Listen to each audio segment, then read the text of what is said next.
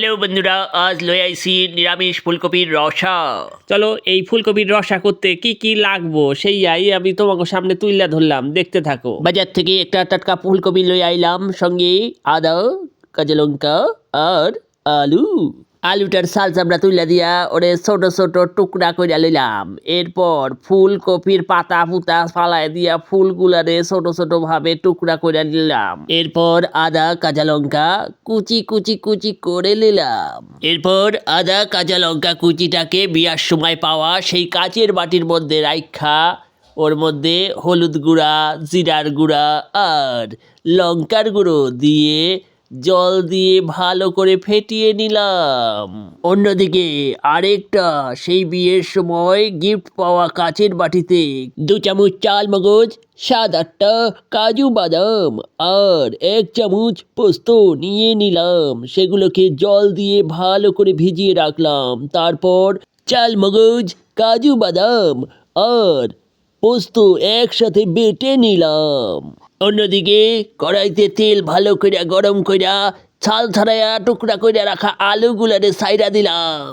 আলুগুলা লাল লাল হয়ে ভাজা হয়ে গেলে তুলে নিলাম। সেই তেলেই আমার ফুল ফুটুক না ফুটুক, আজ বসন্ত না বলে ফুলকপিগুলোকে চাইরা দিয়া লাল লাল করে ভাজা লইলাম। ফোড়নের জন্য লইয়া লইছি তেজ নামক শুকনা পাতা, এলাচ, লবঙ্গ আর 5 ফোড়ন। এরপর আবার কড়াইতে তেল গরম করে সেই তেজ নামক শুকনা পাতাগুলোকে ছেড়ে দিলাম। তারপর 5 ফোড়ন, এলাচ, লবঙ্গ আর হিং 1 চামচ দিয়ে দিলাম। 30 সেকেন্ড পর ওর মধ্যে সেই করে রাখা আদা, কাঁচা লঙ্কা আর লঙ্কার গুঁড়ো, হলুদ গুঁড়ো, জিরার গুঁড়োর পেস্টটা দিয়ে দিলাম এবং নাড়াচাড়া করতে লাগলাম 2 মিনিটের জন্য। 2 মিনিট পর চাল মগজ, কাজু বাদাম আর পোস্তর বাটাটা দিয়ে দিলাম। এরপর কষাতে লাগলাম। তেল ছাড়ার পর স্বাদ মতো নুন আর স্বাদ মতো চিনি দিয়ে ভালো করে নাড়াচাড়া দিয়ে নিলাম। এবার ভেজে রাখা আলুগুলো সেই মশলার মধ্যে ছেড়ে দিলাম এবং সুন্দরভাবে নাড়াচাড়া দিলাম। সঙ্গে সেই ভেজে রাখা ফুলকপিগুলোও ছেড়ে দিলাম, যাতে মশলাগুলো প্রত্যেকটা আলু আর ফুলকপির মধ্যে ঢোকে। এইভাবে মিনিট 5 কষানোর পর জল দিয়ে দিলাম। জল দিয়া নাড়াচাড়া কইরা তার মধ্যে ঢাকা চাপা দিয়া দিলাম।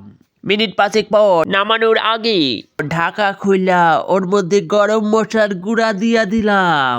ব্যাস রেডি আমার নিরামিষ ফুলকপির রসা।